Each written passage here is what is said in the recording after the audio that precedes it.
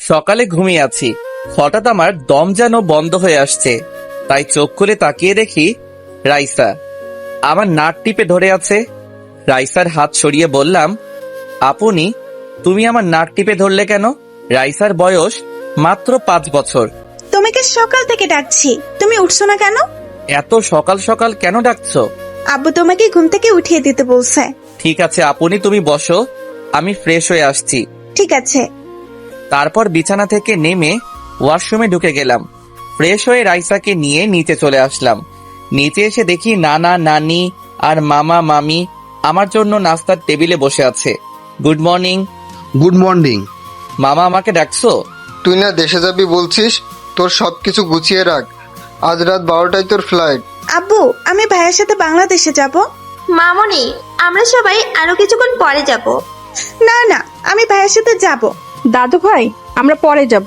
রাইসা আপনি ভাইয়া আবার আসবো, তখন তোমাকে নিয়ে যাব আর তোমার সাথে সব সময় মোবাইলে কথা বলবো। তাহলে ঠিক আছে, আমার সাথে কিন্তু সব সময় কথা বলতে হবে।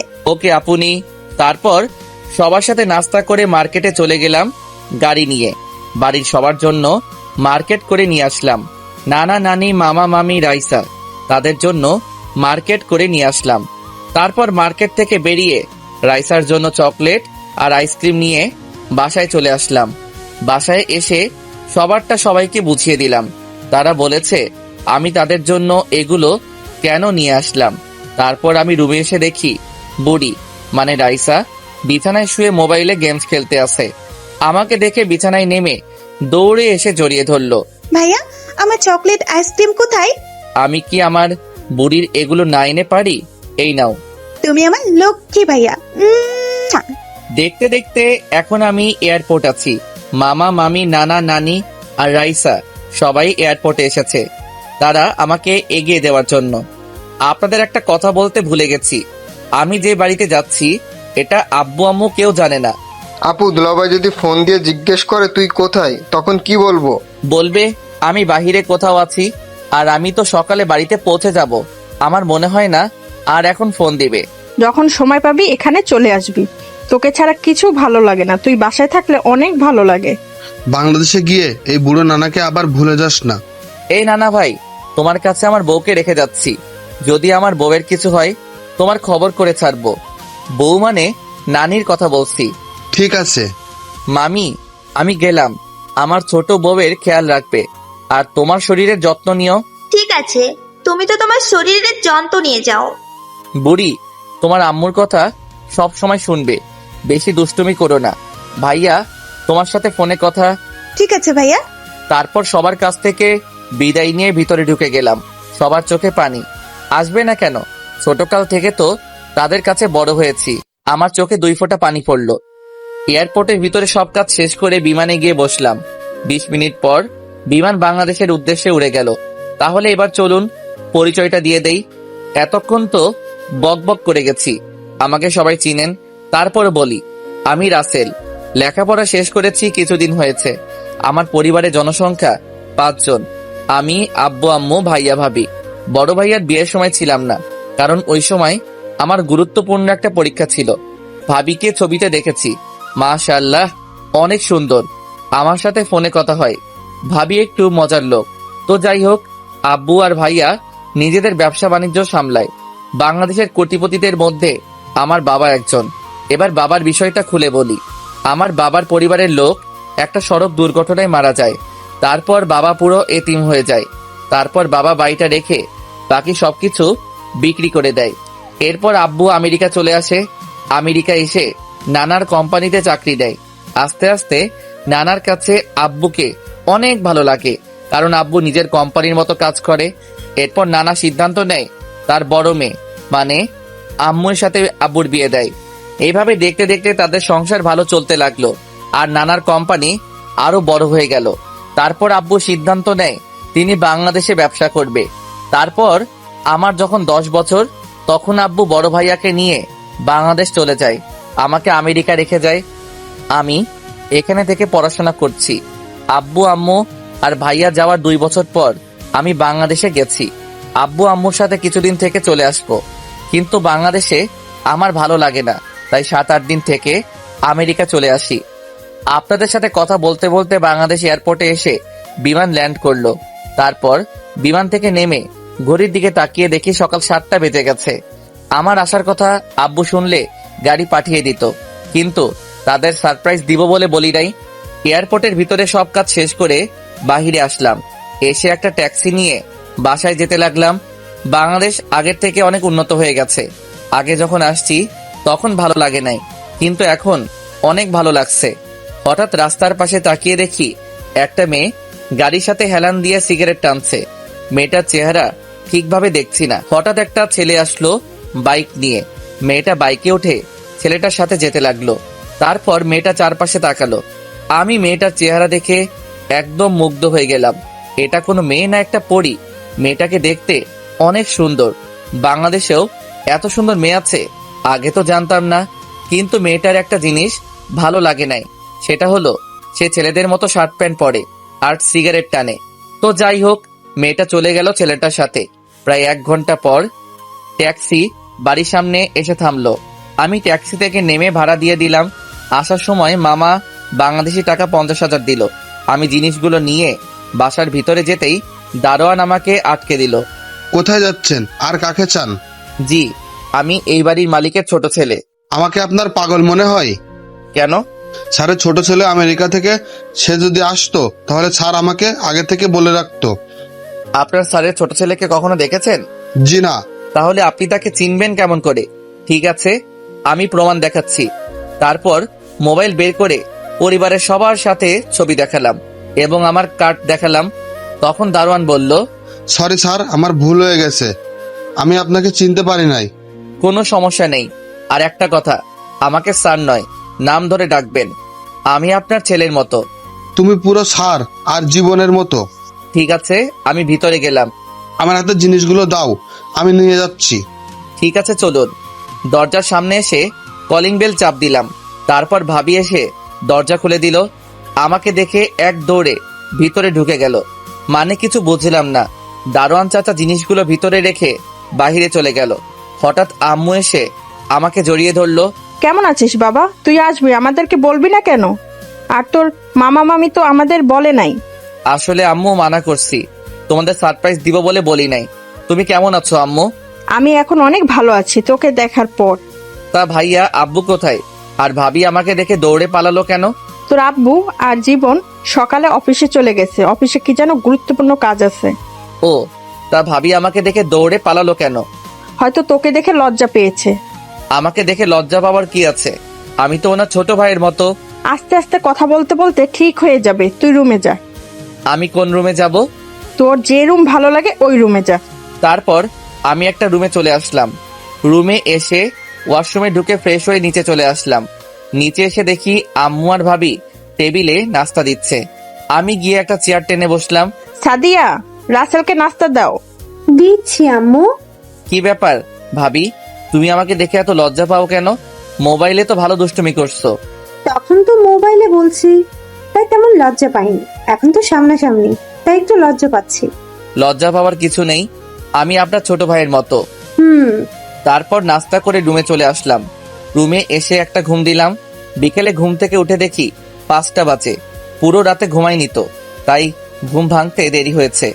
আব্বু হয়তো বুঝতে পারছে আমি পুরো রাতে জার্নি করে আসছি, তাই আর ডাকে নাই।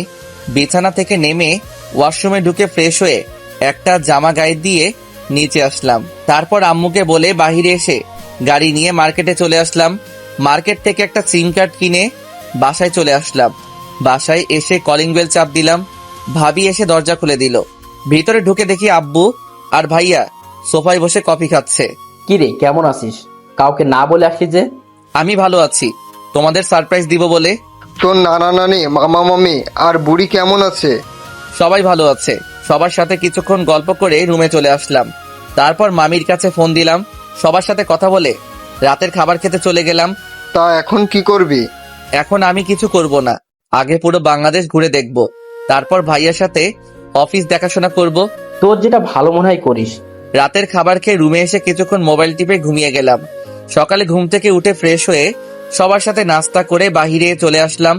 আসার সময় গাড়ি নিয়ে আসি নাই, রিক্সা নিয়ে ঘুরতে লাগলাম। হঠাৎ দেখি একটা ছেলে রাস্তার পাশে মাথা নিচু করে বসে আছে। আমি রিক্সা থামিয়ে ছেলেটার কাছে গেলাম। আপনি এভাবে রাস্তার পাশে বসে আছেন কেন? আমি যে অফিসে চাকরি করতাম সেই অফিসের বস আমাকে অন্য লোকের কথাই ভুল বুঝে অফিস থেকে বের করে দিয়েছে। এখন আমি আমার পরিবার নিয়ে কিভাবে চলবো? পরিবারের সব দায়িত্ব আমার উপর। তোমার অফিসে কি হয়েছে যার জন্য তোমাকে বের করে দিল? অফিসের বস তার অফিসের একটা কর্মচারীকে একটা ফাইল দিয়েছে, তাকে ফাইলটা করে দেওয়ার জন্য, কিন্তু সে ফাইলটা ঠিকভাবে করতে পারে নাই। পরে সে আমার নাম বলেছে যে আমি নাকি তার ফাইলটি রেডি করে দিচ্ছি। পরে বস আমাকে ডেকে নিয়ে নানা ধরনের কথা শুনিয়ে অফিস থেকে বের করে দিল। তোমার নাম কি আর তোমার পরিবারে কে আছে? আমার নাম আকাশ। পরিবারে 2 বোন 2 ভাই। বোন আর ভাই আমার ছোট। এক বোন ইন্টার প্রথম বর্ষে পড়ে, আর এক বোন ক্লাস 9-এ পড়ে, আর ছোট ভাই মাদ্রাসায় পড়ে। ঠিক আছে, আমি তোমাকে চাকরি দিব, তোমার কোনো টেনশন নেই। তুমি রহমান কোম্পানির নাম শুনেছো? জি শুনেছি, আর কোম্পানিটা তো অনেক বড়। আমার মতো ছেলেকে ওই কোম্পানিতে চাকরি দিবে। তুমি জানো ওই কোম্পানির মালিক এর ছোট ছেলে আমি, রাসেল চৌধুরী। তুমি অফিসে যাওয়ার পর দারোয়ান কিছু বললে আমার এই কার্ডটা দেখাবে, তাহলে আর কিছু বলবে না। আপনাকে কি বলে ধন্যবাদ দিব? আপনি আমার অনেক বড় উপকার করলেন। আপনি না তুমি, আর অফিসে নিজের মতো কাজ করবে। আর বেতনের কথা আমি ফোনে বলে দিব, ওটা নিয়ে তোমার চিন্তা করতে হবে না। তোমার কাগজপত্র সব নিয়ে যাবে। আকাশ চলে গেল। আমি আর দাঁড়িয়ে না থেকে রিক্সা নিয়ে একটা পার্কের সামনে চলে গেলাম, আর রিক্সা চালক চাচাকে 2000 টাকা দিলাম। বাবা, আমাকে এত টাকা দাও কেন? আমার তো ভাড়া মাত্র 50 টাকা। চাচা, আমি আপনাকে খুশি হয়ে দিয়েছি। কিন্তু বাবা, চাচা মনে করেন আপনার ছেলে টাকাটা দিছে। তোমার মতো ছেলে হয় না। দোয়া করি আল্লাহ যেন তোমার মতো ছেলে সবার ঘরে দেয়। চাচা, আপনার পরিবারে কে কে আছে? আমার পরিবারে আমি, তোমার চাচি আর একটা মেয়ে আছে, সে এবার ক্লাস 10-এ পড়ে। ও, তো চাচা এই কার্ডটা রাখেন। যদি কখনো কোনো সমস্যা হয় এই নাম্বারে একটা ফোন দিবেন, আমি সব সময় আপনার পাশে আছি। ঠিক আছে বাবা। তারপর চাচা চলে গেল। আমি পার্কের ভিতরে ঢুকে গেলাম।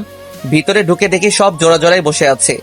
হঠাৎ একটা জায়গায় চোখ পড়তে আমি পুরো অবাক হয়ে গেলাম।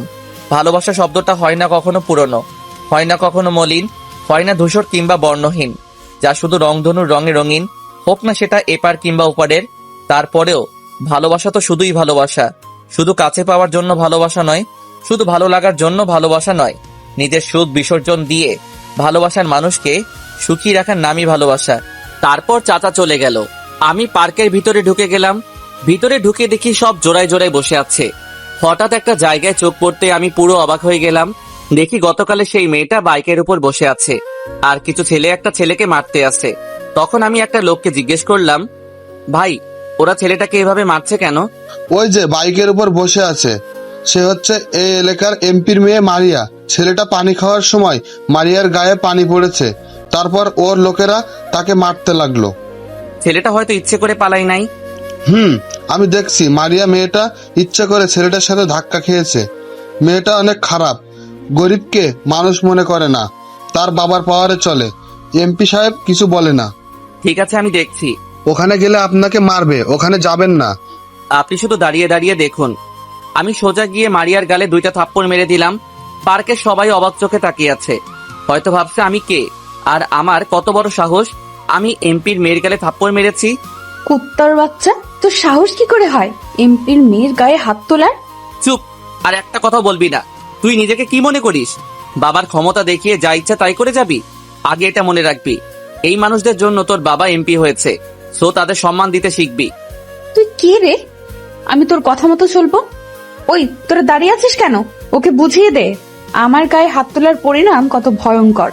মারিয়ার কথায় সবগুলো আমাকে মারতে আসলো। আমি সবগুলোকে মারতে রাখলাম। ওরা ছিল 5 জন। এই 5 জনকে মারতে আমি একাই যথেষ্ট। আমি আমেরিকা থেকে জিম করে বডি বানিয়ে রেখেছি। সবগুলা মায়ের খেয়ে দৌড়ে পালাও। আমি মারিয়ার কাছে গিয়ে বসলাম।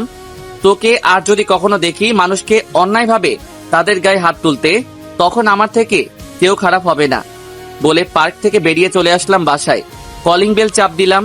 ভাবি এসে দরজা খুলে দিল। এতক্ষণ কোথায় ছিলে তুমি? একটু বাইরে ঘুরতে গেছি ভাবি। আমাকে নিয়ে গেলে না কেন? তুমি তো আমার সাথে লজ্জায় কথা বলতে পারো না, আর তুমি কি আমাকে বলছো? আমি বলি নাই, তুমি জিজ্ঞেস করছো। সারাদিন বাসায় থাকি, কোথাও ঘুরতে যেতে পারি না। তোমার ভাই সারাদিন অফিসে থাকে। তুমি বলো, একা একা বাসায় ভালো লাগে? একা কোথায়? আম্মু তো বাসায় আছে। আম্মুর সাথে তো গল্প করি, আমি কি বাইরে ঘুরতে যেতে পারি না? ঠিক আছে ভাবি, বিকালে রেডি হয়ে থেকো, তোমাকে নিয়ে ঘুরতে যাব। তুমি আমার লক্ষ্মী দেবর। ঠিক আছে, আমি এখন রুমে গেলাম। তুমি ফ্রেশ হয়ে আসো, আমি খাবার দিচ্ছি। আমি রুমে এসে ওয়াশরুমে ঢুকে গোসল করে একটা জামা গায়ে দিয়ে নিচে চলে আসলাম। টেবিলের সামনে এসে দেখি ভাবি সব খাবার সাজিয়ে রেখেছে। আমি একটা চেয়ার টেনে বসলাম। আম্মু কোথায় ভাবি? খাবার খাবে না? তুমি বসো, আমি আম্মুকে ডেকে আনছি। ভাবি আম্মুকে ডেকে নিয়ে আসলো। আমার পাশে একটা চেয়ার টেনে বসালাম। আমার মায়ের পুরো পরিবার আমেরিকার নাগরিক। আব্বু সবাইকে বাংলা ভাষা শিখিয়েছে। ভাবি আমাকে আর আম্মুকে খাবার বেড়ে দিল। আম্মু, একটা কথা বলবো, রাগ করবে না তো? কি কথা বৌমা? তুমি আমার আম্মু, তোমাকে বলবো না তো কাকে বলবো? ঠিক আছে রাসেল, তুই সাদিয়াকে আজকে একটু বাইরে নিয়ে ঘুরে আসিস। সেটা তোমাকে বলতে হবে না, ভাবি আমাকে বাসায় আসার পর বলেছে। ও, তারপর খাওয়া দাওয়া করে রুমে চলে আসলাম। রুমে এসে বিছানায় শুয়ে মোবাইল নিয়ে ভাইয়াকে ফোন দিলাম। বল। কি করো ভাইয়া? খাওয়া দাওয়া হয়েছে? মাত্র আব্বু আর আমি খাওয়া দাওয়া করে আসলাম। ও, তোমাকে যেটার জন্য ফোন দিছি, তোমার কাছে আকাশ নামে একটা ছেলেকে পাঠিয়েছি, সে কি গেছে? আসছে। তোর কথা বলায় চাকরি দিয়ে দিছে, আর বেতন প্রথম অবস্থায় 30,000 টাকা ধরেছে। বলেছে কাজ দেখে পরে বাড়িয়ে দেবে। অনেক ধন্যবাদ ভাইয়া। আর একটা কথা, তাদের একটা ফ্ল্যাট দিয়ে দিও, আর আসা যাওয়ার জন্য অফিস থেকে একটা গাড়ি দিও। ঠিক আছে, আগে তার কিছুদিন কাজ দেখি, তার দিব। ওকে। আর তুমি কি আজকে একটু তাড়াতাড়ি বাসায় আসতে পারবে? কেন? আসলে ভাবিকে নিয়ে বিকালে বাইরে ঘুরতে যাব, যদি তুমি সাথে থাকো তাহলে অনেক ভালো লাগবে। ঠিক আছে, আমি চলে আসবো। আরো কিছুক্ষণ কথা বলে রেখে দিলাম। তারপর একটা ঘুম দিলাম। বিকালে ভাবি রুমে এসে ডাকতে লাগলো। কি হয়েছে ভাবি, ডাকছো কেন? দুপুরে কি কথা হয়েছে তোমার সাথে? ও সরি ভাবি, আমার মনে ছিল না। তুমি রেডি হয়ে নাও, আমি ফ্রেশ হয়ে রেডি হয়ে আসতেছি। ভাবি রুম থেকে বেরিয়ে গেল। আমি রেডি হয়ে রুম থেকে বেরিয়ে নিচে চলে আসলাম। নিচে এসে দেখি ভাইয়া চলে এসেছে। আমি ভাইয়াকে বললাম তাড়াতাড়ি রেডি হয়ে নিতে। কিছুক্ষণ পর ভাইয়া ভাবি রুম থেকে বেরিয়ে আসলো। দুজনকে অনেক মানিয়েছে। তারপর বাহিরে এসে গাড়ি নিয়ে বের হলাম। আমি গাড়ি চালাচ্ছি, ভাইয়া আর ভাবি দুজনে পিছনে বসেছে। তারপর একটা পার্কের সামনে গাড়ি থামালাম। ভাইয়া ভাবি নেমে ভিতরে ঢুকে গেল। আমি গাড়িটা পার্কিং করে ভিতরে ঢুকলাম। তাদের সাথে ঘুরতে ঘুরতে রাত 9টা বেজে গেছে। একটা রেস্টুরেন্টে ঢুকে খাবার খেয়ে বাসায় চলে আসলাম। বাসায় এসে যে যার রুমে চলে গেলাম। আম্মু বলেছে খাবার খেতে, আমরা বলেছি বাহির থেকে খেয়ে এসেছি। এভাবে দেখতে দেখতে আরো 7 দিন চলে গেল। মারিয়া মেয়েটাকে দেখি এখন বেশিরভাগ আমার সামনে ঘুরঘুর করে। আগের মতো জামা কাপড় পরে না, শাড়ি পরে থাকে। তাকে এভাবে দেখে আমার অনেক ভালো লেগেছে। একদিন সবাই মিলে সোফায় বসে কফি খাচ্ছি আর গল্প করছি। সেদিন শুক্রবার ছিল, তাই সবাই বাসায়। হঠাৎ কলিং বেল বেজে উঠল। আম্মু গিয়ে দরজা খুলে দিল। কিছুক্ষণ পর দেখি আম্মুর সাথে একটা আব্বুর বয়সী লোক আর আম্মুর বয়সী একজন মহিলা ভিতরে ঢুকলো। দেখো কে এসেছে। আরে রফিকুল যে, হঠাৎ না বলে আমার বাসায়? কেন, আমি কি তোর বাসায় আসতে পারি না? জি আলহামদুলিল্লাহ ভালো আছি, আপনি কেমন আছেন? আমি ভালো আছি। সাদিয়া মা, ওনাদের জন্য নাস্তার ব্যবস্থা করো। জি আপু। ভাবি চলে গেল ভিতরে। তুই তো আমার ছোট ছেলেকে দেখিস নাই। এ হচ্ছে আমার ছোট ছেলে রাসেল, আর রাসেল ও হচ্ছে আমার ছোটবেলার বন্ধু রফিকুল। রফিকুল বর্তমানে এই এলাকার এমপি। আসসালামু আলাইকুম, কেমন আছেন আঙ্কেল? আলহামদুলিল্লাহ, আমি ভালো আছি। তুমি কেমন আছো? আমিও ভালো আছি। আব্বু তোমরা কথা বলো, আমি একটু বাইরে গেলাম। ঠিক আছে, যাও। আমি আর কোনো কথা না বলে বাইরে চলে আসলাম। আর ওইদিকে রহমান, তোর কাছে একটা জিনিস চাইবো, তুই দিবি? দেবার মতো হলে অবশ্যই দিব। বল কি চাস? তোর ছোট ছেলেকে আমার মেয়ের সাথে বিয়ে দিবি? আমার মেয়েটা তোর ছোট ছেলেকে দেখে পছন্দ করে ফেলেছে।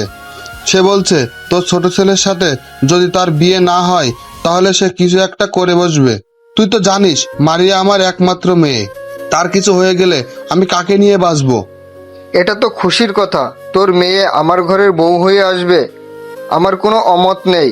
রাসেলের মা, তুমি কি বলো? তুমি যেহেতু রাজি, আমি কি রাজি না হয়ে পারি? আর ওনারা তো বাহিরের কেউ নয়, এখানে মানা করার কি আছে? তুই আমার অনেক বড় উপকার করলি। আপনাদের এই ঋণ কখনো শোধ করতে পারবো না।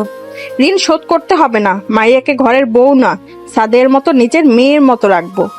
আমরা কালকে তোর বাসায় গিয়ে বিয়ের তারিখ ঠিক করে আসব। আব্বু, রাসেল এর মতামত নেওয়ার দরকার না। তাকে না জানিয়ে রাজি হওয়া কি ঠিক হবে? আমি জানি রাসেল আমার কথা ফেলবে না। ঠিক আছে, তুমি যেটা ভালো মনে করো।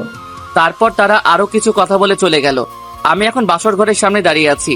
আপনারা হয়তো ভাবছেন আমি এই বিয়েতে রাজি হয়েছি কেন। আসলে এই 7 দিনে মারিয়ার চলাফেরা, তার পরিবর্তন, মানুষের সাথে ভালো ব্যবহার করা, এসব দেখে আমার অনেক ভালো লেগেছে। আর মারিয়াকে তো আমি প্রথম দেখায় ভালোবেসে ফেলেছি, তাই আব্বুর কথায় রাজি হয়ে গেছি। অনেক ধুমধাম করে বিয়েটা হয়ে গেল। অনেক বড় বড় লোক এসেছে বিয়েতে, আর আমেরিকা থেকে নানা নানি, মামা মামি আর আমার আপুনি এসেছে। বাসর ঘরের সামনে দাঁড়িয়ে আছি, ভাবি দরজার সামনে দাঁড়িয়ে আছে, আমাকে ঢুকতে দিচ্ছে না। ভাবি বলো তোমার কি চাই? কেন দেবরজি, তুমি জানো না বাসর ঘরে ঢুকতে হলে আমার পাওনা দিয়ে ঢুকতে হবে? তোমার আবার কিসের পাওনা? আর আমি কি আগে বিয়ে করছি যে বাসর ঘরে ঢুকতে কি কি করতে হয় আমি জানবো? ঠিক আছে, আমি বলছি। আমার পাওনা হলো তোমার বাসর ঘর সাজিয়েছি, সেটার জন্য টাকা দিতে হবে। তা কত টাকা দিতে হবে? বেশি লাগবে না, 50,000 হলে হবে। ওকে, আমার এই কার্ডটা রাখো, তোমার যত খুশি খরচ করো, আর পাসওয়ার্ড তুমি জানো। তাহলে ঠিক আছে, এবার তুমি ভিতরে যাও। তারপর ভাবি আমাকে ধাক্কা দিয়ে ভিতরে ঢুকিয়ে দিয়ে বাহির থেকে দরজা লাগিয়ে দিল। আমিও ভিতর থেকে দরজা লাগিয়ে দিলাম। আর আমাকে বোকা পেয়েছে। আমি বিয়ের মার্কেট করে কার্ডের সব টাকা শেষ করে ফেলেছি। আমার জানা মতে কার্ডে 20 থেকে 25,000 টাকার মতো আছে। আমি বিছানার দিকে যেতে লাগলাম, কিন্তু ভাবির কাছে শুনেছি স্বামী বাসর ঘরে ঢুকলে স্ত্রী পা ধরে সালাম করতে আসে। কিন্তু মারিয়া তো কিছুই করলো না। মারিয়া বিছানায় ঘোমটা দিয়ে বসে আছে। আমি দাঁড়িয়ে না থেকে যেই না বিছানায় উঠতে যাব, তখন মারিয়া এমন কিছু বলবে আমি কখনো ভাবতে পারিনি। যেজন দিবসে রিচার্জ কিরায়া নিশিতে পুরাই টাকা, দেউলিয়া করিবে প্রেমিকা তাহার পকেট করিবে ফাঁকা। হাই রে দুনিয়া, যে ভালোবাসা বোঝে না তাকে ভালোবাসা শিখাতে যাবেন না, কারণ সে ভালোবাসা শিখবে আপনার কাছে, কিন্তু ভালোবাসবে অন্যজনকে, আর কষ্ট পাবেন আপনি। খবরদার তুই আমার কাছে আসবি না। এই তুমি এটা কি বলছো? আমি তোমার স্বামী, আমি আসবো না তো কে আসবে? স্বামী? তুই ভাবলি কি করে আমি তোকে স্বামী হিসেবে মেনে নেব? আমি তোর উপর প্রতিশোধ নিতে বিয়ে করেছি। প্রতিশোধ মানে? আমার দোষটা কি? তুই ভুলে গেলি কিছুদিন আগে পার্কে সবার সামনে তুই আমার গায়ে হাত তুলছিস? তোর মনে নেই? আজ পর্যন্ত আমার বাবা মা আমার গায়ে হাত তুলে নাই। তোমার গায়ে হাত কেন তুলছি সেটা তুমি ভালো করে জানো। তুমি অন্যায়ভাবে একটা ছেলেকে মারছো, তাই বাধ্য হয়ে তোমার গায়ে হাত তুলছি। তুই এটাই তো বড় ভুল করছিস। আমি যা খুশি করব, তুই আমার গায়ে হাত তুলছিস কেন? এখন শুধু দেখবি আমি কি করি। তুই এখন ওই মারিয়াকে চিনতে পারোসনি। তাহলে আমাকে বিয়ে করলে কেন? আমি তো তোমাকে বিয়ে করতে চাইনি। তুমি নিজেই তো আমাদের বাসায় তোমার বাবা মাকে পাঠিয়েছো। বিয়েটা না করলে তো তোর উপর প্রতিশোধ নিতে পারবো না, তাই তো মা বাবাকে পাঠিয়েছি। তাই বলে তুমি আমার জীবনটা এভাবে নষ্ট করে দিবে? আমি তো মনে করছি তুমি ভালো হয়ে গেছো, আগের মতো কারোর সাথে খারাপ ব্যবহার করো না, তাই বাবার কথায় রাজি হয়ে গেলাম। এটা তো তোকে দেখানোর জন্য করেছি, যাতে তুই আমার উপর দুর্বল হয়ে পড়িস আর বিয়েতে রাজি হয়ে যাস। তাহলে এখন তুমি কি করতে চাও? সেটা সময় হলে দেখতে পাবি। তুমি আমার সাথে যা করার করো, কিন্তু আমার পরিবারের সাথে কিছু করো না। তাহলে আমি তোকে যা বলবো তোকে তাই করতে হবে। বল রাজি কিনা? ঠিক আছে, আমি রাজি। তুমি যা বলবে আমি তাই করব। ঠিক আছে, এখন গিয়ে সোফায় ঘুমিয়ে পড়। আমি কখনো সোফায় ঘুমাইনি, তাহলে এখন ঘুমাবো কি করে? খাটে তো অনেক জায়গা, আমি একপাশে শুয়ে পড়ি।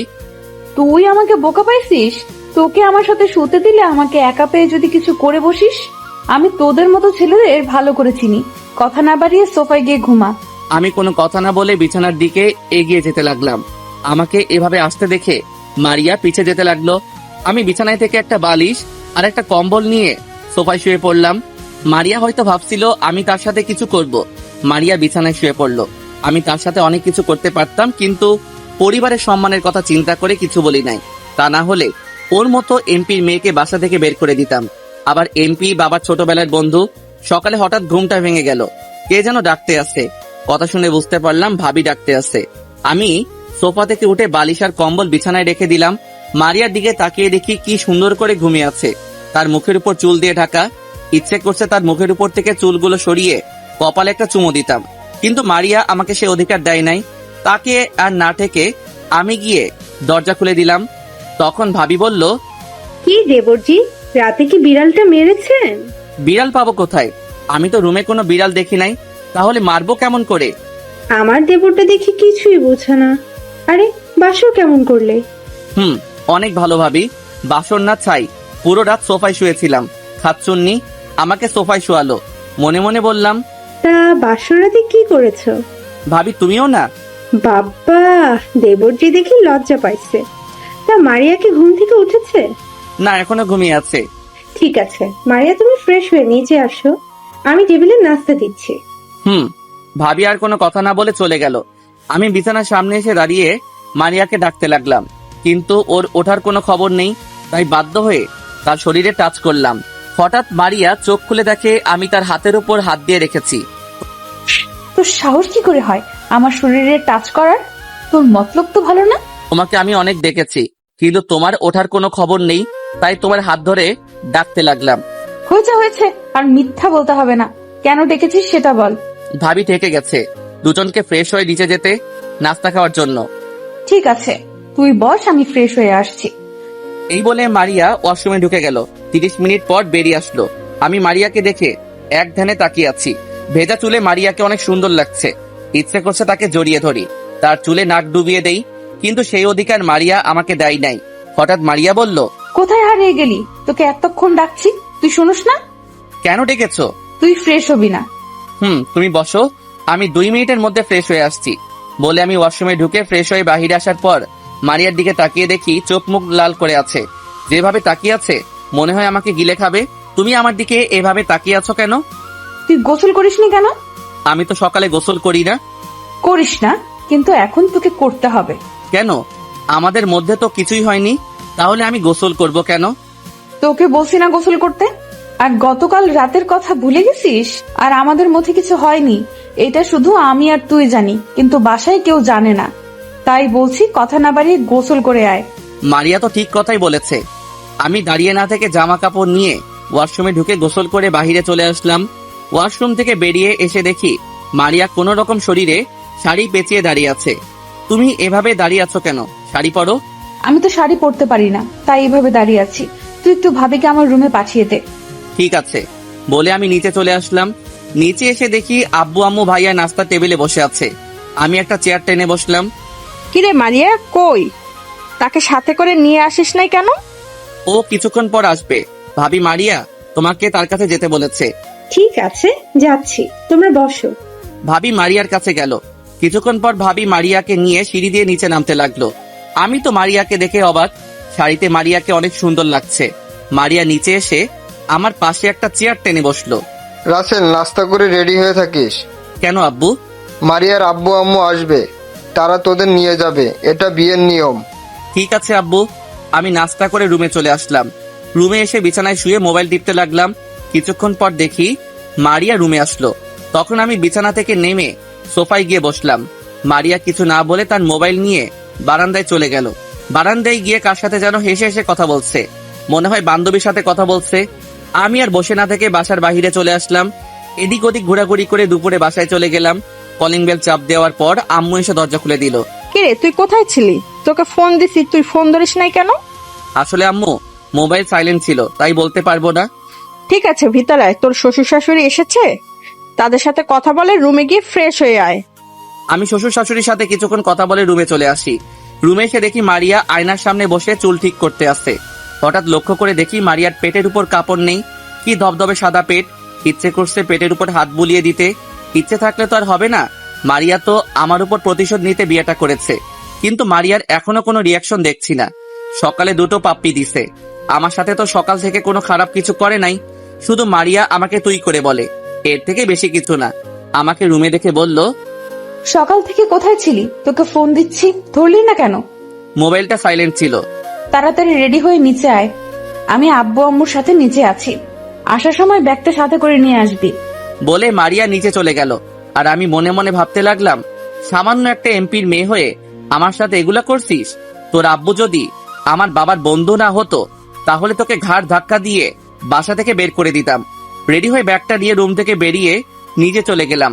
তারপর আব্বু আম্মু ভাবি ভাইয়া সবার কাছ থেকে বিদায় নিয়ে বাহিরে এসে গাড়িতে উঠলাম। আমি আর মারিয়া আমাদের গাড়িতে উঠলাম, আর শ্বশুর শাশুড়ি তাদের গাড়িতে উঠলো।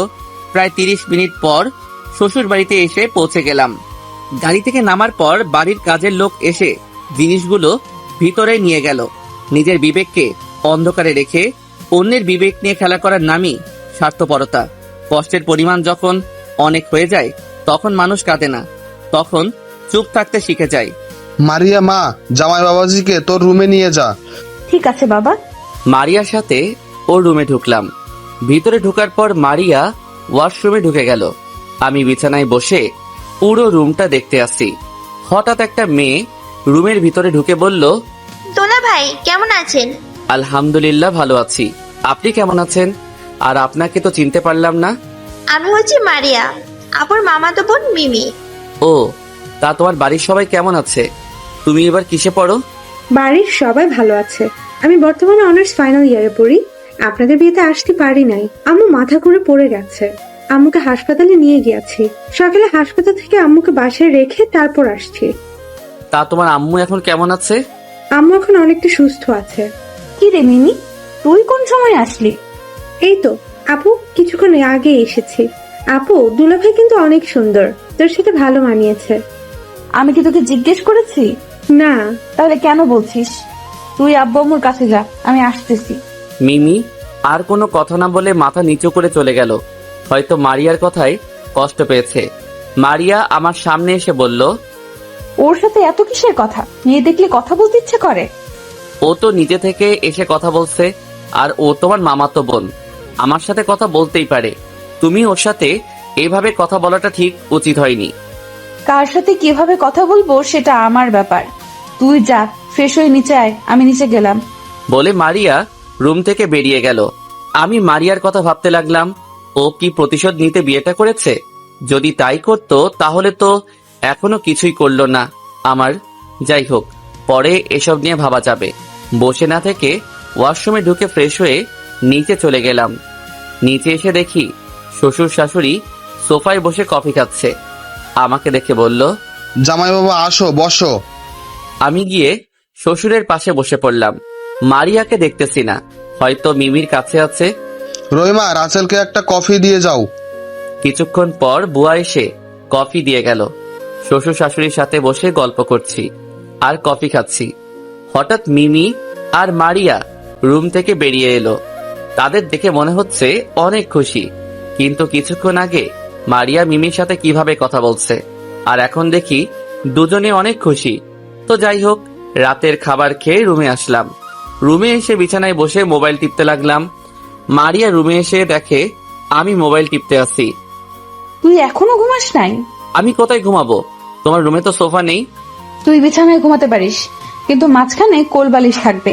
যদি রাতে আমার সাথে কিছু করিস তাহলে খবর আছে। আমি তো যা খুশি তাই করতে পারি, কারণ আমি তোমার স্বামী। আমি তোকে স্বামী হিসেবে মানি না। তাহলে আমাকে বিয়ে করছো কেন? কেন আমার জীবনটা নষ্ট করে দিছো?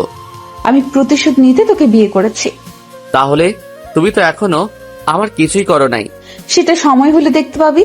এখন কথা না বলে ঘুমা। আমি আর কোনো কথা না বাড়িয়ে ঘুমিয়ে পড়লাম। 2 দিন শ্বশুর বাড়ি থেকে বাসায় চলে আসলাম।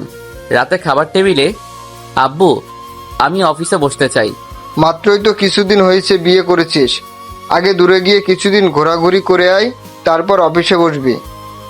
তুমি ঠিকই বলেছো, তোরা বাহিরে কোথাও গিয়ে ঘুরে আয়। কোথায় ঘুরতে যাব? মামাদের ওখানে চলে যাও, তাদের সাথে কিছুদিন থেকে চলে এসো। থামিয়া বলেছে। আমি অফিস থেকে আসার সময় টিকিট নিয়ে আসবো। তোরা সবকিছু গুছিয়ে রাখিস। সকাল অথবা বিকালের টিকিট কেটে আনবো। মারিয়া মা, তুমি কিছু বলছো না কেন? আমি কি বলবো আম্মু? তোমাদের যেটা ভালো মনে হয় তাই করো, আমার কোনো সমস্যা নেই।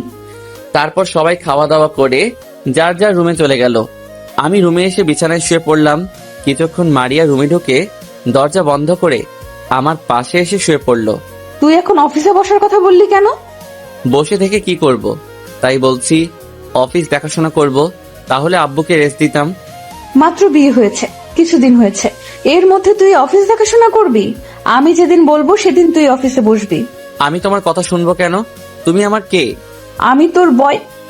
কি হলো বলো? আমি যা বলবো তাই করবি।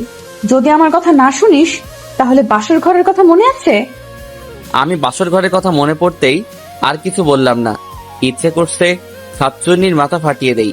কেন যে ওর গায়ে হাত দিতে গেলাম। পরের দিন বিকালে সবার সাথে কথা বলে দুজনে এয়ারপোর্টের উদ্দেশ্যে বেরিয়ে পড়লাম। রাত 8টায় আমাদের ফ্লাইট। আসার সময় ড্রাইভারকে সাথে করে নিয়ে আসলাম। সবকিছু শেষ করে দুজনে গিয়ে বিমানে বসলাম। দুজনের সিট একসাথে পড়ছে। পরের দিন সকাল 7টায় বাসায় পৌঁছে গেলাম। বিমানে তেমন কোনো কথা হয়নি। মামা আমাদের জন্য এয়ারপোর্টে গাড়ি পাঠিয়ে দিছে। বাসায় এসে কলিং বেল চাপ দিলাম। মামি এসে দরজা খুলে দিল। কি রে, কেমন আছিস? আসার সময় কোনো সমস্যা হয়নি তো? আলহামদুলিল্লাহ ভালো আছি। তুমি কেমন আছো? আর আসার সময় কোনো সমস্যা হয়নি? মারিয়া, তুমি কেমন আছো? জি মামি, ভালো আছি। তুমি কেমন আছো? আমিও ভালো আছি। বাহিরে দাঁড় করিয়ে রাখবে নাকি ভিতরে ঢুকতে দিবে? ওহ সরি, আমি ভিতরে আই। দুজনে ভিতরে গেলাম। ভিতরে ঢুকে দেখি নানা, নানি, মামা আর আপুটা নাস্তার টেবিলে বসে আছে। মারিয়া নানা নানিকে সালাম করলো। থাক মা, বেঁচে থাকো। যাও রুমে গিয়ে ফ্রেশ হয়ে আসো, সবাই একসাথে নাস্তা করব। দুজনে রুমে চলে আসলাম। আমি আগে যে রুমে থাকতাম সেই রুমে আসলাম। মারিয়া রুমে এসে ওয়াশরুমে চলে গেল। মারিয়া বের হয়ে আসার পর আমি গেলাম। তারপর দুজনে একসাথে নিচে গেলাম। তা কয়দিনের জন্য আসা হলো নানু ভাই? দেখি কয়দিন থাকা যায়। বাংলাদেশে গিয়ে অফিসে বসতে হবে। আব্বুকে রেস্ট দিব। ঠিকই বলছি, দুলাভাইয়ের বয়স হয়েছে, তার এখন রেস্ট নেওয়ার দরকার। কথা বলতে বলতে নাস্তা করে রুমে চলে আসলাম। কিছুক্ষণ পর মারিয়া রাইসাকে নিয়ে রুমে আসলো। চলো বাহির থেকে ঘুরে আসি। ভাবি, তুমি ভাইয়ের সাথে এইভাবে কথা বলছো কেন? কিভাবে কথা বললাম আপু? এই যে তুই করে বলছো। ভাইয়া তোমার স্বামী না, তুমি করে বলবে। সরি আপু। তাহলে এখন তুমি করে বলো। ঠিক আছে বলছি, চলো বাহির থেকে ঘুরে আসি। এবার হয়েছে, সব সময় ভাইয়াকে তুমি করে বলবে। আমি মনে মনে রাইসাকে বললাম, এই না হলো আমার আপু, আমার মনের কথা বলেছে। ঠিক আছে, তুমি রেডি হয়ে নাও। আর রাইসা আপু, তুমিও রেডি হয়ে নাও। ঠিক আছে ভাইয়া।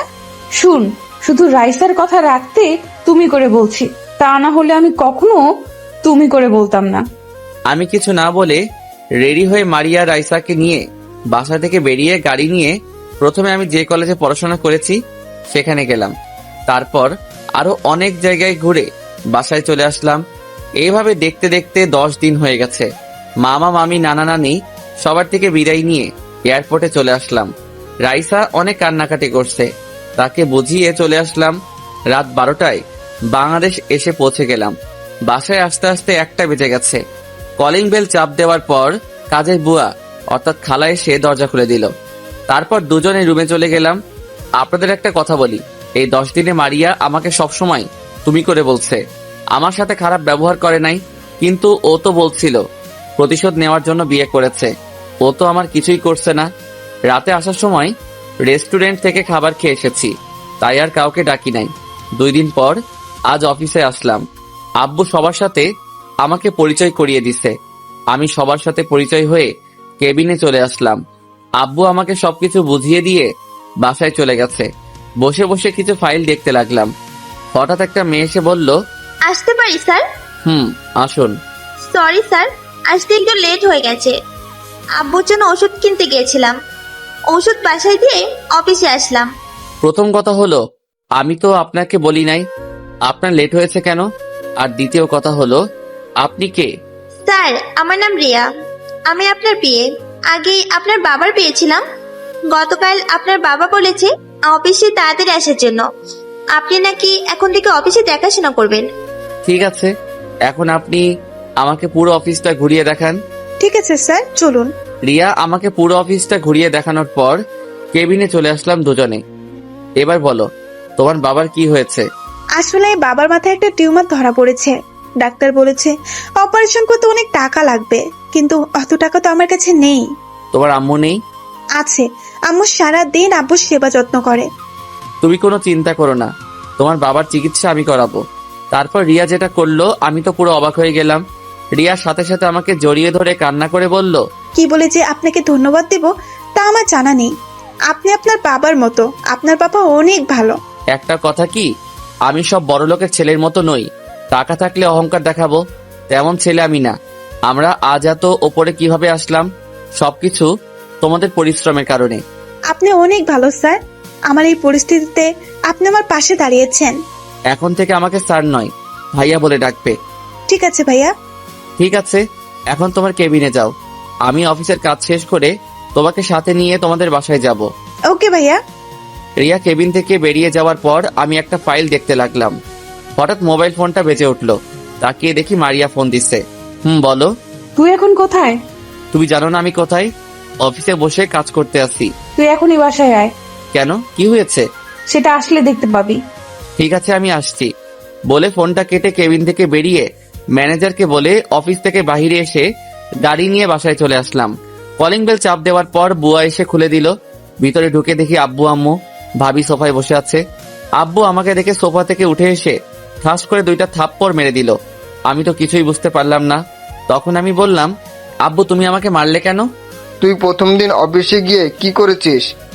তোকে খুব ভালো মনে করেছি, কিন্তু তুই আমার ভাবতেও অবাক লাগে তুই এমন কিছু করবি। আমি কি করেছি সেটা তো বলবে। এখন কিছুই বুঝছিস না? তোর লজ্জা করে না বাসায় বউ রেখে অন্য মেয়েকে জড়িয়ে ধরতে? আমি কাকে জড়িয়ে ধরলাম? দেখছেন আব্বু এখন কিছুই বুঝে না। তাহলে এগুলো কি? মোবাইলে কিছু ছবি দেখে আমি পুরো অবাক হয়ে গেলাম। রিয়া যে আমাকে জড়িয়ে ধরেছে তার কিছু ছবি কে যেন তুলে মারিয়াকে পাঠিয়েছে। আব্বু আম্মু, আমি রিয়াকে জড়িয়ে ধরি নাই, রিয়া নিজে আমাকে জড়িয়ে ধরেছে। তোর লজ্জা করে না অফিসের পিএকে ভুলিয়ে ভালিয়ে তার সাথে অসভ্যতামি করতে? আবার এখন আমার কাছে মিথ্যা বলছিস? আব্বু বিশ্বাস করো, আমি আর তোর কোনো কথা শুনতে চাই না। তুই এক্ষুনি আমার বাসা থেকে বের হয়ে যা। তুমি কি পাগল হয়ে গেলে? ও না হয় একটা ভুল করে ফেলেছে, সেজন্য তুমি তাকে বাসা থেকে বের করে দিবে? আব্বু আম্মু ঠিক কথা বলেছে, এবারের মতো ওকে মাফ করে দেন। রাসেল এরকম কাজ আর করবে না।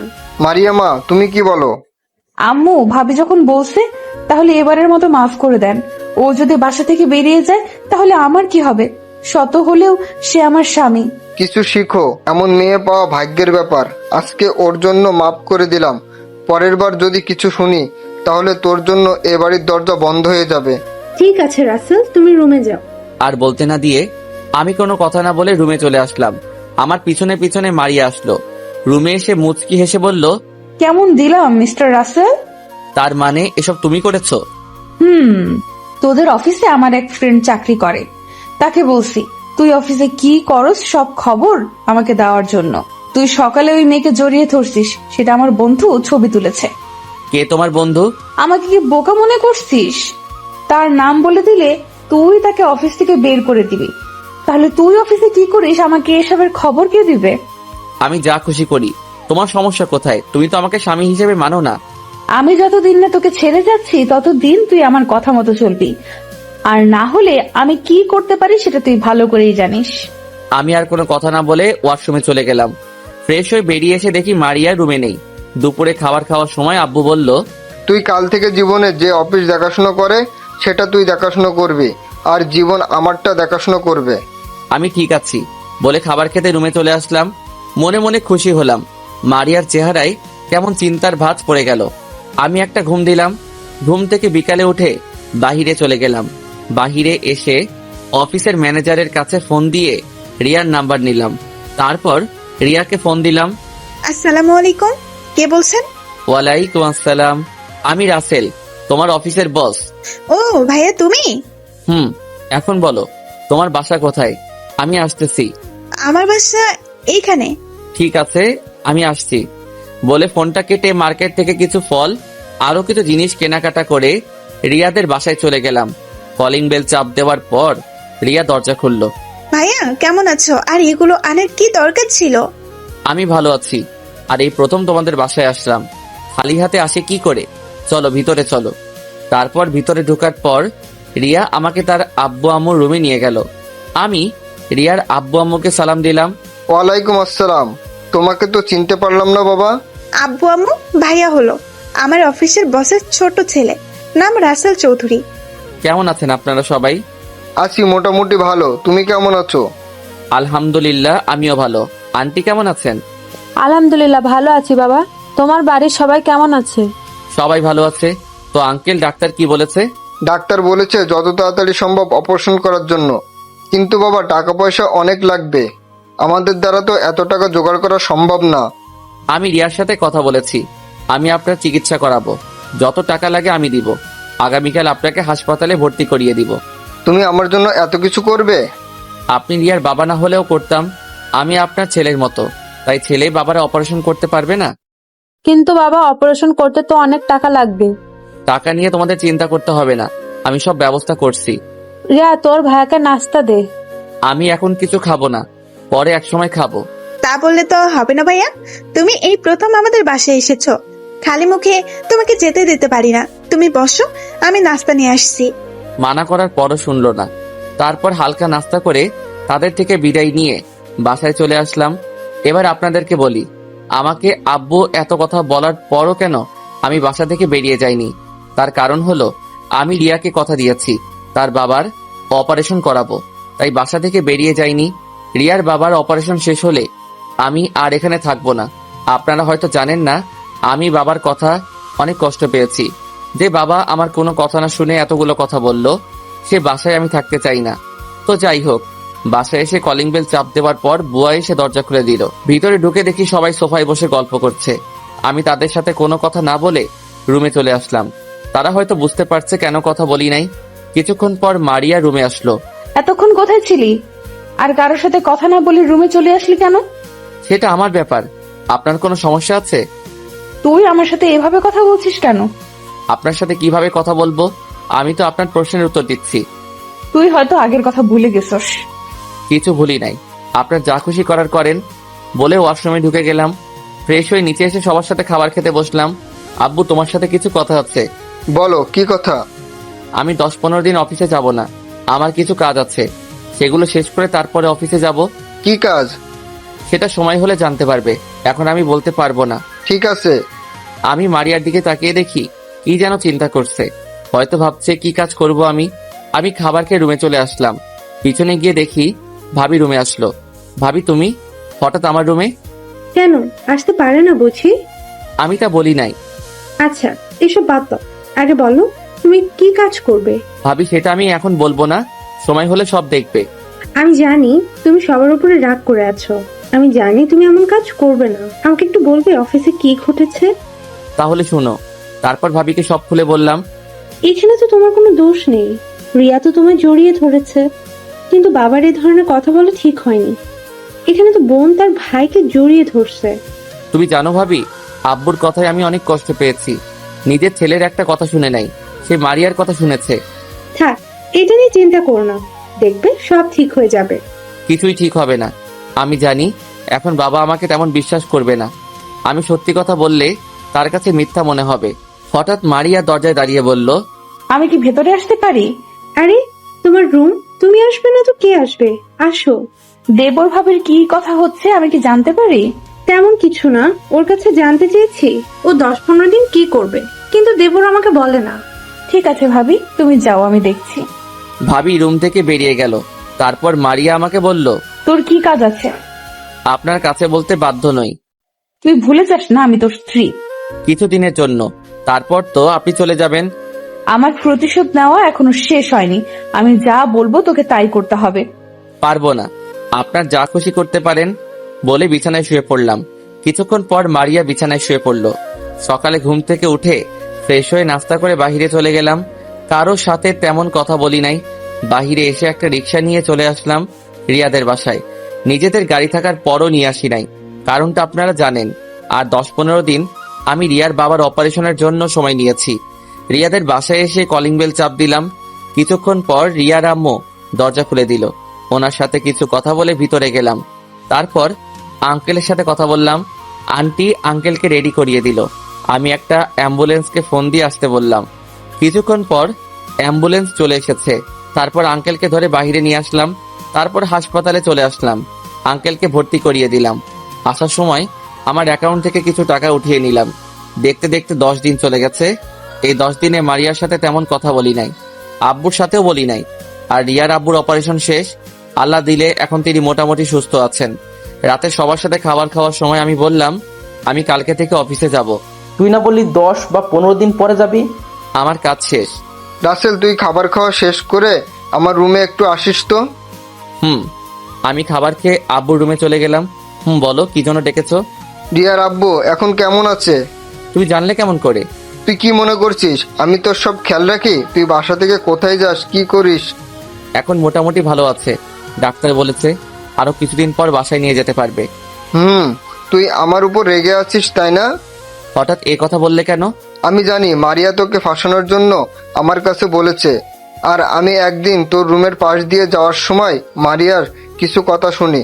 তখন আমি বুঝতে পারলাম মারিয়া তোকে স্বামী হিসেবে মেনে নেয়নি। তো আমাকে একটু বলবি তোদের মাঝে কি হয়েছে? তাহলে শোনো। তারপর সব খুলে বললাম।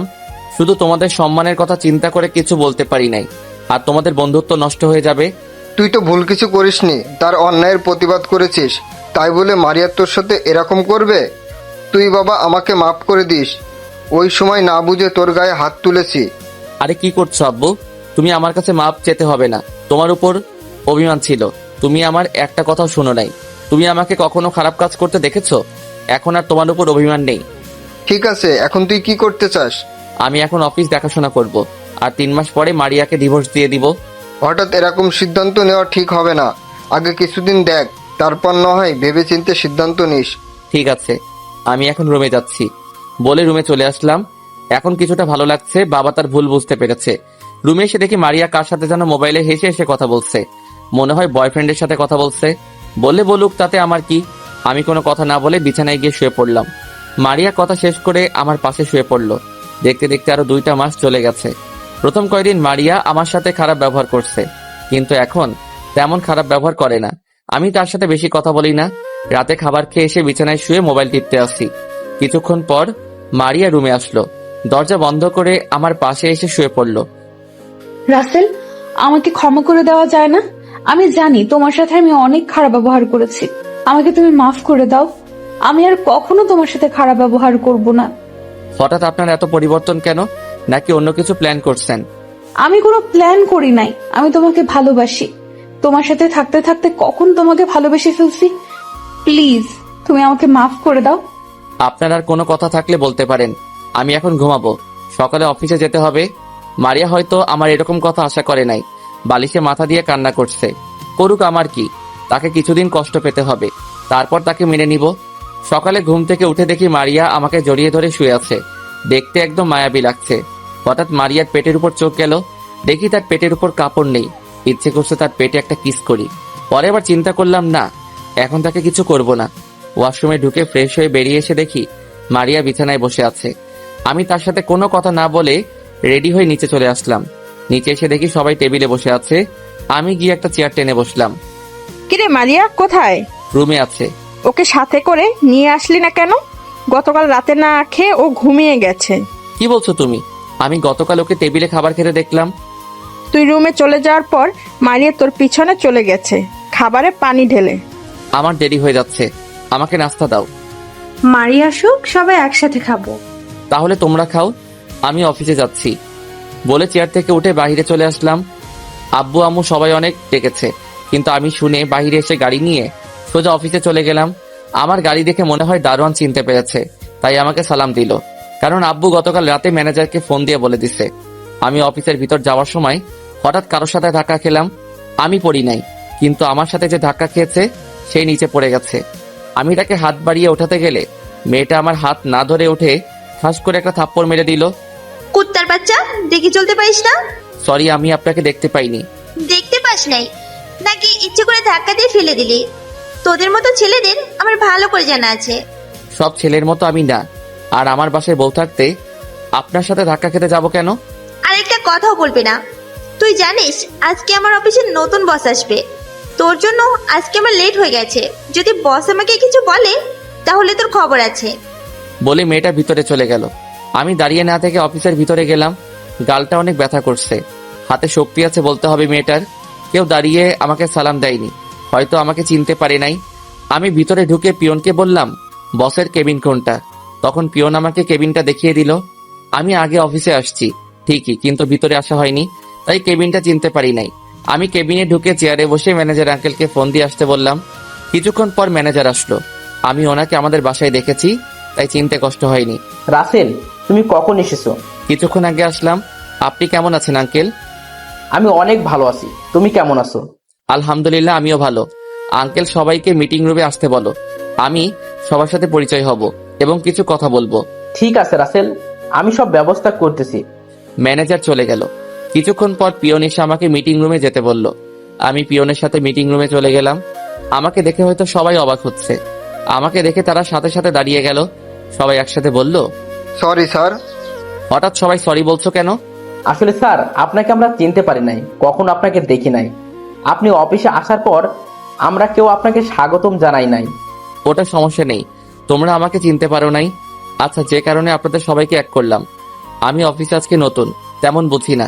তোমরা আমাকে কাজে সাহায্য করবে, আর তোমরা নিজের অফিস মনে করে কাজ করবে। সবার সাথে আরো কিছুক্ষণ কথা বলে যেই না রুম থেকে বেরিয়ে আসবো, হঠাৎ একটা জায়গায় চোখ পড়তেই দেখি তখনকার মেয়েটা বারবার মাথা লুকিয়ে নিচ্ছে।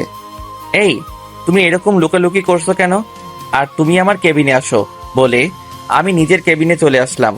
কেবিনে এসে একটা ফাইল দেখতে লাগলাম। কিছুক্ষণ পর মেয়েটা বলল, আসতে পারি স্যার? আসুন। মেয়েটা কেবিনে ঢুকে এমন করবে আমি তো ভাবতে পারি নাই। আরে ভাই, খারাপ কিছু না। মেয়েটা কেবিনে ঢুকে আমার সামনে এসে পা জড়িয়ে ধরে কান্না করে দিল। এই মেয়ে, তুমি আমার পা ধরছো কেন? আবার কান্না করছো কেন? স্যার, আজকে আমার অফিসে প্রথম দিন, তাই তাড়াহুড়ো করে অফিসে ঢুকতেই আপনার সাথে ধাক্কা খাই, তাই মেজাজটা গরম হয়ে গেছে। আমি আপনাকে চিনতে পারি নাই স্যার, আমার ভুল হয়ে গেছে। আপনি আমাকে যত খুশি মারেন, তারপরও আমার চাকরি থেকে বের করে দিবেন না। চাকরি থেকে বের করে দিলে পরিবার নিয়ে রাস্তায় নামতে হবে। আগে আমার পা ছাড়ো, তারপর গিয়ে চেয়ারে বসো। না স্যার, আগে বলেন আমাকে মাফ করে দিয়েছেন, আমাকে চাকরির থেকে বের করে দিবেন না। ঠিক আছে, আমি তোমাকে মাফ করে দিছি। এখন পা ছেড়ে চেয়ারে বসো।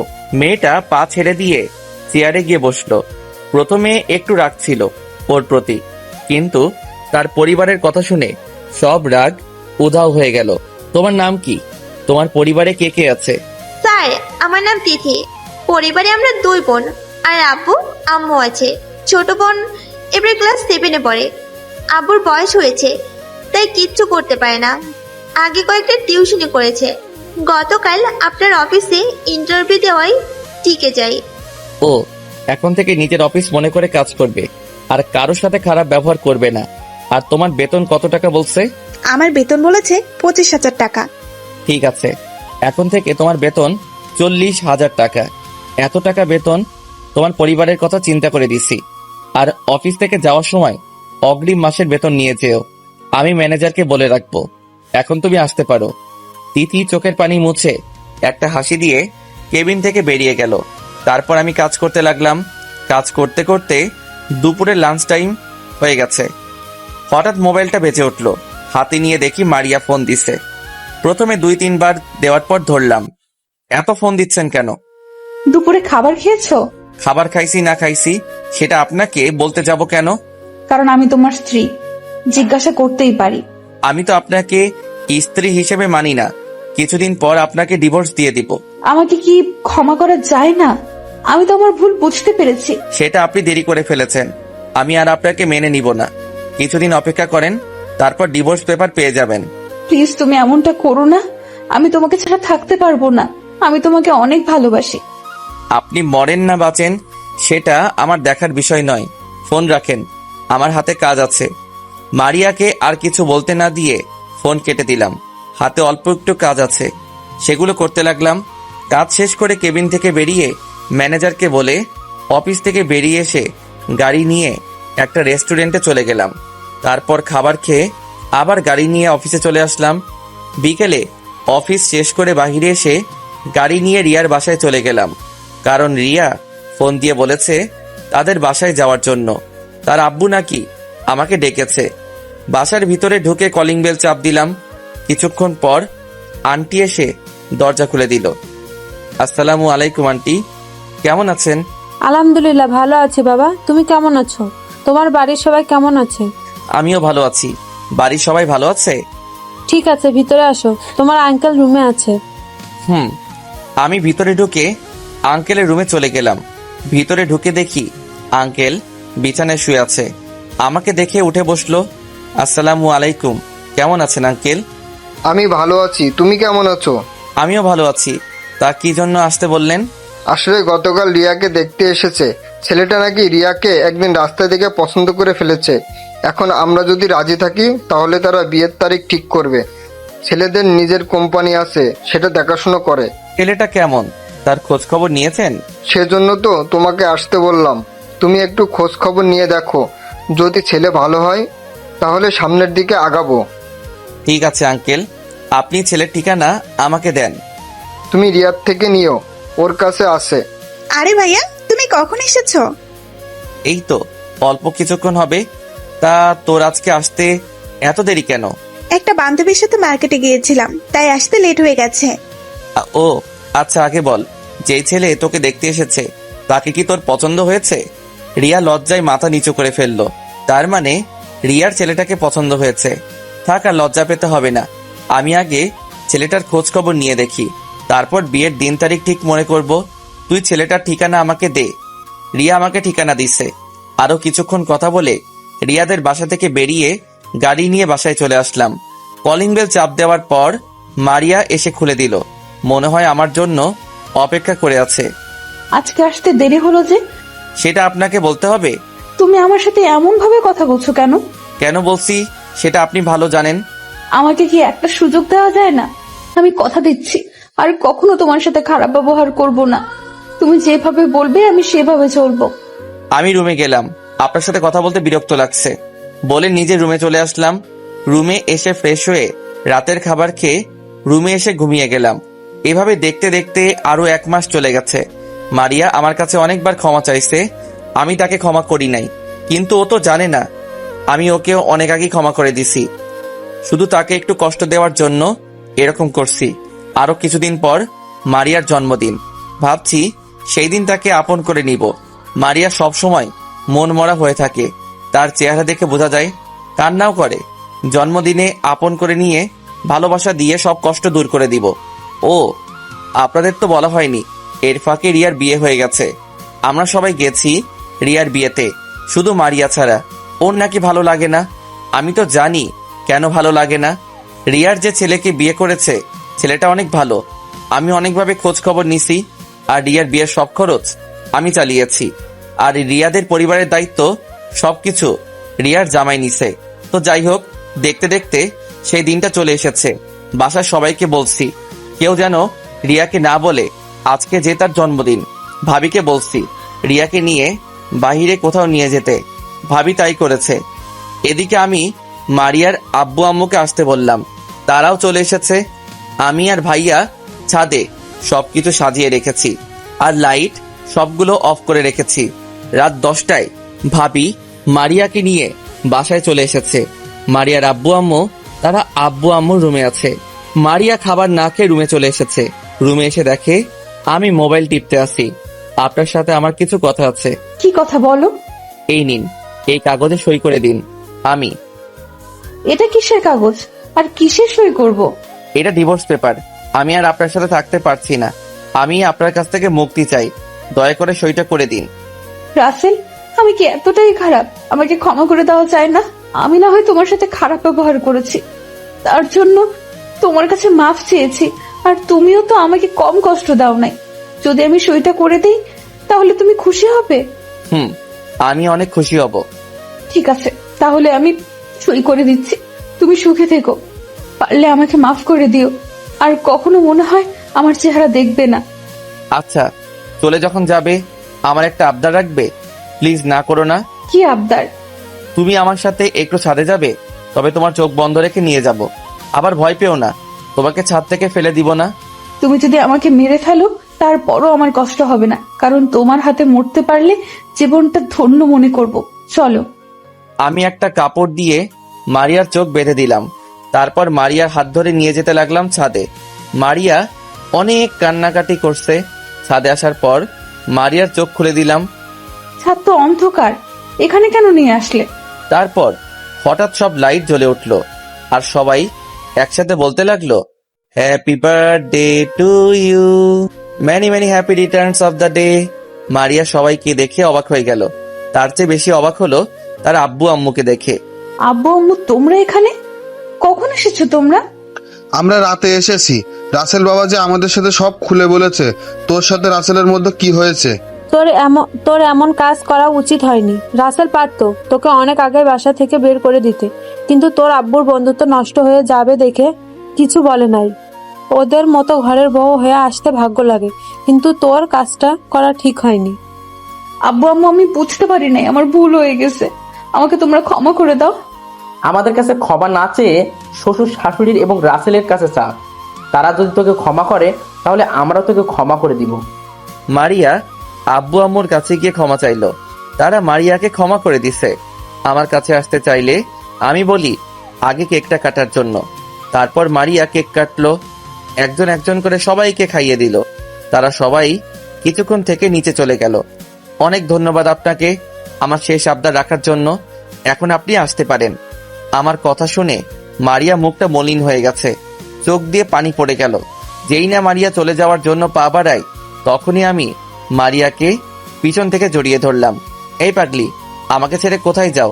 তুমি জানো না এই রাসেল তোমাকে ছাড়া অসহায়? তুমি ভাবলে কি করে আমি তোমাকে যেতে দিব? তুমি জানো তোমাকে আমি বিয়ের আগে একদিন রাস্তার পাশে দাঁড়িয়ে থাকতে দেখে ভালোবেসে ফেলেছি।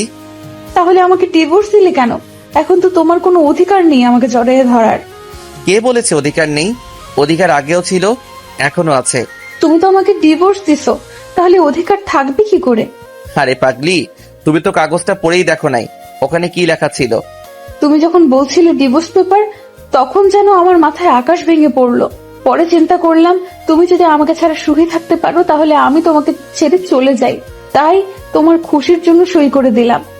এখন একটু পড়ে দেখো তো, কাগজটায় লেখা আছে। তারপর মারিয়া কাগজটা পড়তে লাগলো। আপনারা শুনবেন কি লেখা আছে? তাহলে শুনুন। আমাকে কাছে পেতে হলে আমার সব শর্ত মানতে হবে। নিচে যেগুলো লেখা আছে সেগুলো যদি মানতে পারো তাহলে সই করবে। 1, আমাকে ছেড়ে কখনো যেতে পারবে না। 2, আমাকে সব সময় আদর করতে হবে। 3, রাতে ঘুমানোর সময় জড়িয়ে ধরতে হবে। 4, অফিসে যাওয়ার সময় 10টা কিস, আসার পর 10টা কিস করতে হবে। 5, তুমি রান্না করলে আমি পিছন থেকে জড়িয়ে ধরতে দিতে হবে।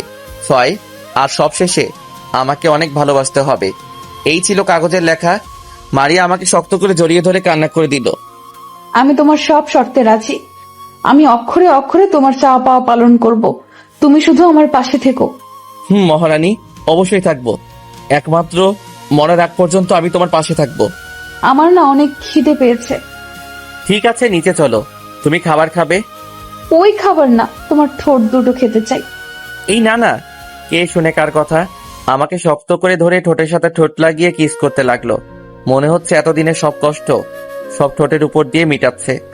আমিও তার সাথে তাল মিলাতে লাগলাম। প্রায় 10 মিনিট পর ছেড়ে দিল। দুজনে হাঁপাতে লাগলাম। আরো কিছুক্ষণ থেকে নিচে আসার সময় মারিয়া বলল, আমাকে কোলে করে নিয়ে যাও। কি? তোমার মতো আটার বস্তাকে আমি কোলে নিব? কি বললে তুমি? আমি আটার বস্তা? ঠিক আছে, তোমার কোলে নিতে হবে না আমাকে। বুঝেছি, বউটা আমার অভিমান করছে। আসলে মারিয়া আটার বস্তা না, আমি তাকে রাগানোর জন্য বলেছি। আমি আর কোনো কথা না বলে মারিয়াকে কোলে তুলে নিলাম। মারিয়া আমার বুকে মাথা লুকিয়ে ফেললো। মারিয়াকে নিয়ে রুমে ঢুকলাম। মারিয়া আমার কোল থেকে নেমে ওয়াশরুমে ঢুকে গেল। আমি দরজা বন্ধ করে বিছানায় গিয়ে শুয়ে পড়লাম। কিছুক্ষণ পর মারিয়া ওয়াশরুম থেকে বেরিয়ে এসে আমাকে জড়িয়ে ধরলো। ওই, আমার না একটা ছেলে লাগবে। ঠিক আছে, কালকে হাসপাতাল থেকে এনে দিব। ওই, আমি কি তোমাকে হাসপাতাল থেকে এনে দিতে বলছি বাচ্চা? তাহলে কোথায় থেকে এনে দিব? যা, আমার লজ্জা করছে। ও মা, তাই? স্বামীর সাথে বলতে কিসের লজ্জা? তোমার কাছে বলতে লজ্জা পাচ্ছি না। তোমার পাঠক পাঠিকারা সব দেখতে আছে এবং সব শুনতে আছে। তারা শুনলে সমস্যা কোথায়? তাদের জানতে হবে না? কি বলেন পাঠক পাঠিকা ভাই ও বোনেরা? তুমি জানো তোমার জন্য ছেলে আনতে আমার অনেক পরিশ্রম করতে হবে। করতে হলে করবে, তারপরও আমার একটা ছেলে চাই তোমার মতো। ঠিক আছে, চলো তাহলে মিশন শুরু করে দেই। ওই মিয়ারা, এখনো তাকিয়ে আছেন কেন? আমাদের কি শান্তি মতো মিশন শুরু করতে দিবেন না? বুঝেছি, লাইট বন্ধ না করলে আপনারা তাকিয়ে থাকবেন। আমি বিছানা থেকে নেমে লাইটটা অফ করে দিয়ে এসে মারিয়াকে জড়িয়ে ধরে ঠোঁটে কিস করতে লাগলাম। তারপর আস্তে আস্তে চলে গেলাম ছেলে আনার মিশনে। আর দেখতে হবে না, অনেক কিছু দেখে ফেলছেন। আপনাদের লজ্জা শরম কিছুই নেই। দেখতে দেখতে কিছুদিন চলে গেল। এর মাঝে তিথির বিয়ে হয়ে গেল। তার বিয়ের খরচও আমি চালিয়েছি। এর মাঝে নানা নানি, মামা মামি আর রাইসা তারা এসে কিছুদিন থেকে আবার চলে গেছে আমেরিকা।